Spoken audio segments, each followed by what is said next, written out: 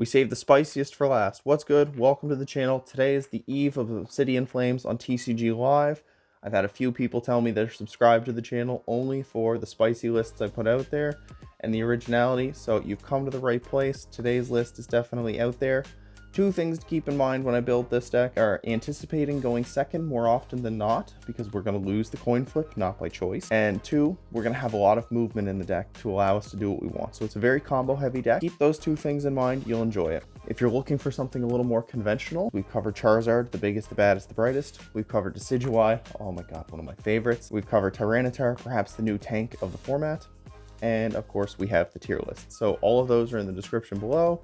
Be sure to check those out if you want to support the channel. But if you're here for the deck profile, let's get into it. For Vespiquen, we're playing 2 copies of Combee. We don't need more. You can experiment with more at a later date, but this deck here particularly only wants the 2. Playing 2 copies of Vespiquen EX. Some things to note, it's a psychic Pokemon. It has the built-in bench barrier, so the terrestrial Pokemon are different types. It has 1 attack of relevance. The first one I'm not even going to bother because it's a healing attack. We don't want that. For the second attack, Phantom Queen, 3 grass energy. It does 200 damage. Place 3 damage counters on each of your opponent's Pokemon that already have damage on it. So I know, first thing off the bat, that sounds bad because you have to set up. We're not taking that approach. Not in this. This is the optimism train. We're going to show you everything. This also ignores Manaphy. So as a former spread player who's been itching for something to come back for me to start messing with an opponent's board, this is the right direction. This is the approach I think they need to take. Manaphy's not going anywhere, and I think it's healthy include for the game, but placing damage counters over damage. So I really think that we can use this as a cleanup. We can use this as a spreading. Would I have loved it to be a 2 energy attack cost? Yes, but I feel like that would have been overpowered. So I get where they're coming from. So they're in the right direction. So I'm a big fan. Why not 3? Next question. 3 was overkill. We still need to set up. We still need other things. And unfortunately, we're not going to be hitting that damn new Charizard for weakness. So grass weakness is a good thing to be hitting on that Charizard, at least for the early stages, when everybody and your grandmother is going to be running around with that new dark type Charizard. But don't fret, we got you covered. As our backup attacker to fill that grass void that Vespiquen does not, which is why it's at a lower count. When the metagame shifts and Charizard starts to fall off, up the count. But right now, Japan is seeing like 20% in their metagame. I'm expecting people to play the most accessible deck online. So you kind of want to have answers for that. We're playing 3 copies of Hisuian Lilligant V. So it has a free attack, 200 hit points, 2 retreat cost. There's nothing to really write home about aside from its terrific typing here, but its V-Star is something worth noting. The 260 hit point grass Pokemon. Unfortunately, it's not as bulky as the other boys. That's okay. But for 2 grass and a colorless, it does 130 damage. You may place an energy card attached to this Pokemon back into your hand. If you choose to do so, it does 100 extra damage. This knocks out all of your evolving basic V Pokemon. Your Palkia Vs, your Arceus Vs, that pesky Dragonite V. Hell, it even gets Miraidon if they don't have the cape on it. But we're not worried about the cape either. It gets anything that's evolving up that's a multi-prize Pokemon. Very, very good. But it's here for its setup ability, Star Perfume. So during your turn, you may search for up to, in any combination, 5 grass Pokemon or 5 grass energy and put them into your hand. So we're grabbing a couple grass Pokemon, maybe it's a backup attacker, but we're mostly grabbing 2 to 3 grass energy because we'll need those later. We don't have a capacious bucket. We don't have a Chien-Pao to just cleanly rip them out of the deck every single turn. So when we want them, we got to grab them with that Star Perfume. And that's the main strategy of it, is that Star Perfume will come online, grab our grass energy, then we can really start going. Also play a handful of support Pokemon, because again, this is one of Brandon's gimmicky decks out there that you should really pick up and try, and let me know what you think. 2 copies of Wingull. Nothing to ride home about. 70 hit points, great. Not as concerned with Lost Box, but again, you need a few things to go right to deal with Lost Box. 2 copies of the Paldea Vault Pelipper. I did not see anybody playing with this card, and I was having conversations, and somebody just said, how do we search our supporters on command? So I scoured the card pool, I looked for everything, and I came across this cool ass card. So what does it do? Hearsay. When you play this Pokemon to evolve from your hand, you may choose one of the following abilities. Search your deck for a supporter, reveal it, and put it into your hand. Or search your discard pile for a supporter card, reveal it, and put it into your hand. This is Lumineon V and VS Seeker on a stage 1 Pokemon, and it only gives up 1 prize. And it's 120 hit points, so it's not knocked out by spin instantly. I think that's really, really cool. I was playing with it in the early, testing period the last couple weeks or so, and my god, this was such a fun Pokemon to get on the board. I really want to experiment more with it, Doesn't always have to be 2-2. But again, I thought this was great because we can play our supporters at a more greedy count, knowing that Pelipper can grab them out of the discard pile and grab them out of the deck. And it's not shut off by Path to the Peak, so we really don't care. One of those upsides over, say, a second Lumineon. We are playing 2 copies of Flying Entry Hawlucha. So it's here because, you know, you've already asked, how do we put damage early on with Vespiquen to get the most out of its attack? Well, it lets you put 1 damage counter on 2 of your opponent's bench Pokemon. We only use 1 through the run of the game, but I will prize 1, so it's a flex spot if you need to.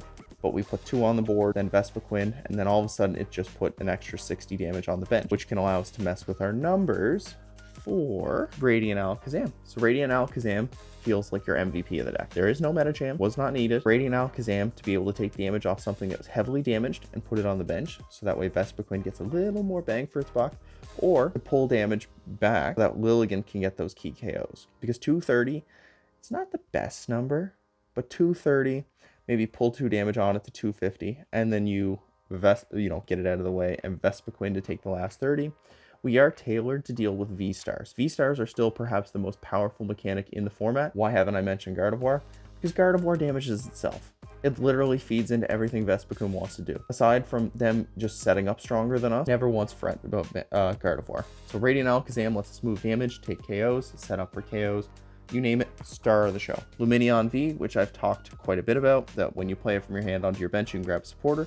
That's for the first turn of the game, or a very, very late turn of the game, but for the most part, we want to use Pelipper. Then we have 1 copy of Mysterious Tail Mew, just lets us look at the top 6 cards of our deck, grab an item card, and put it into our hand. It just lets us dig a little deeper. It's nice to have in a deck like this.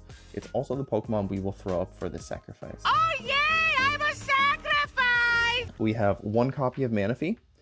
Now I know Vespiquen goes through Manaphy, and I already mentioned that, but this is to protect us from Moonlight Shuriken. In particular, this is to protect us from that, because we have no answer to that, and if they decide to dissect our board or soften things up, only the Vespiquen EX has protection from Radiant Grenade. So Manaphy is there in the early stages. It protects our Wingulls, it protects our Combees, protects our Hawluchas, and that way your opponent can't get a cheeky up trade if they decide to go really fast with Turbo or Chien-Pao, because Chien-Pao will look to try to scoop 2 prizes at some point. On to the supporter line. We're going to try to power through, speed through. So we're playing 3 copies of Iono. Arguably, this could be 3 research, but we're going to say Iono for today. So it lets you shuffle your hand, put it at the bottom, and draw a card for each prize card. Late game, it's a punish their hand. Early game, it's a tuck and draw 6 cards. I'm a fan of that. I've been slapping Iono in everything.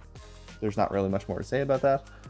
Arguably one of the most important supporters in the deck. Gardenia's Vigor lets you draw 2 cards, and if you do, you can attach 2 grass energy from your hand to one of your bench Pokemon. I've seen people play Sharam. I've seen people play Fortress.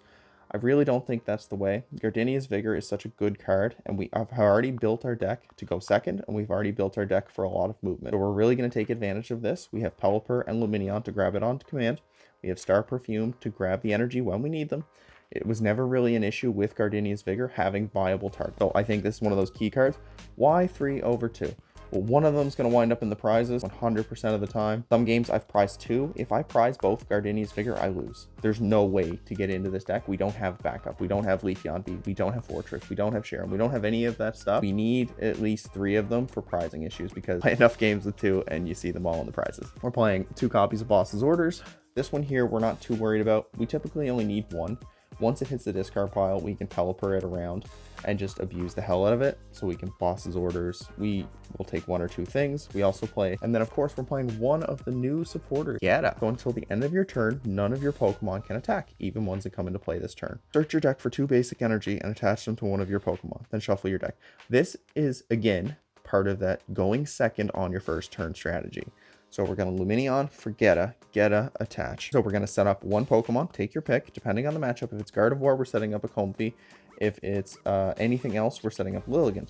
So we're going to put 2 energy on there, and then the 3rd energy on something else. That allows us to kind of divvy our board around. Geta is such a really, I want to get it into more lists. Not all decks need it. Anything that would be playing, say, Gardenia, or anything that would be playing Lumineon, I'd consider. We're playing 2 tool cards. These were choice belts, but again, I didn't feel like the damage was as necessary as streamlining attacker. So if Vespiquen gets knocked out, I would love to have 2 of these on the board, so that way only 1 energy is hitting the discard pile.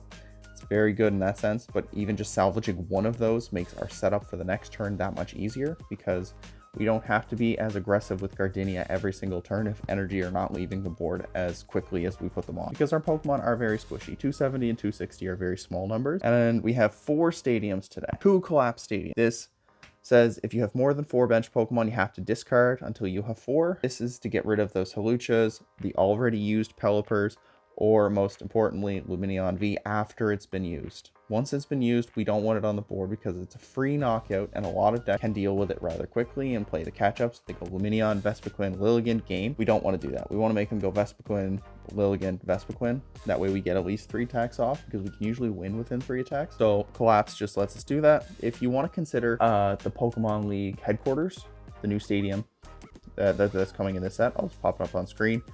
Basic Pokemon require 1 more energy to attack. Cramorant doesn't care. It ignores all energy in its attack cost, but for other decks, might be worthwhile. I don't feel like that card has enough value yet. 2 copies of Beach Court. Again, we're very movement-centric, so this reduces the retreat cost of all your basics by 1. So Mew, Manaphy, Lumineon, Holucha, Wingull, Combee, all move for free. Sam and Lilligant V move for 1, so that's not too bad.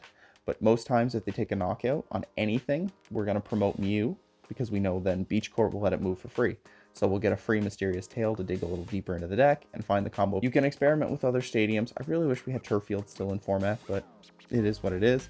So we just kind of make the best of it. We are playing 8 Grass Energy.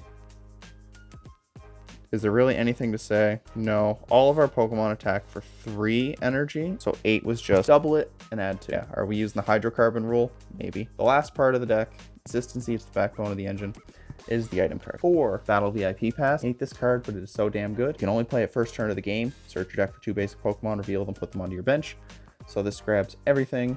Don't grab Lumineon with this card. For the love of God, please do not grab Lumineon. Playing 4 copies of Ultra Ball. So discard 2 cards from your hand, grab anything. You can grab Lumineon with this one. 3 copies of Level Ball. This lets you search for a Pokemon with 90 hit points or less, reveal and put it into your hand. Lucha, Mew, Manaphy, Combee, Wingull. Quite a few targets. Much better than Nest Ball here. I had somebody point that out in the Tyranitar video. Thanks for that. Kind of slipped my mind when you're testing. You just kind of fall into a couple patterns. Playing 2 copies of Super Rod. We are going to see a lot of knockouts. We are going to have to discard some stuff. And it's just nice to have decent recovery. Again, if too many energy hit the discard pile, you're also in trouble there. So we really don't want that. 1 copy of Energy Retrieval. Sometimes we don't want them to hit the deck because we don't have a way of getting them back. So Energy Retrieval into Gardenia's Vigor. Retrieval off of the Mew. Gardenia's Vigor could be grabbed by the Pelipper or the Lumineon. We can grab 2 basic energy and then immediately attach them. So we just keep that train rolling. And the last part is literally just the movement card. 2 copies of Switch here. So we just switch our Pokemon.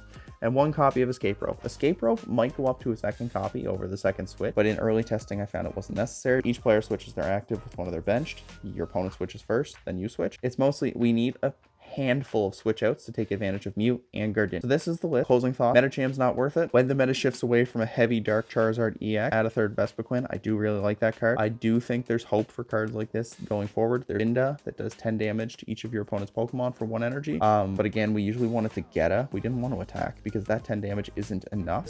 Anything you want to change, by all means. 2nd Super Rod might be overkill, but better safe than sorry. If you want a 4th Level Ball, go for it. Again, I mentioned researches over Ionos come down to preference. Sometimes you get those dirty hands where you see the research and go, well, if I discard all this, I lose. But I also have to play this card because I'm going to lose. Let me know what you think. I'm excited to get this onto the ladder, break it out. Ton of fun. This feels like spread or the closest thing we've had in years. I don't care what you say, Urshifu is not spread. And with that said, have fun, happy testing, and let me know what you're playing day 1 of Obsidian Flames.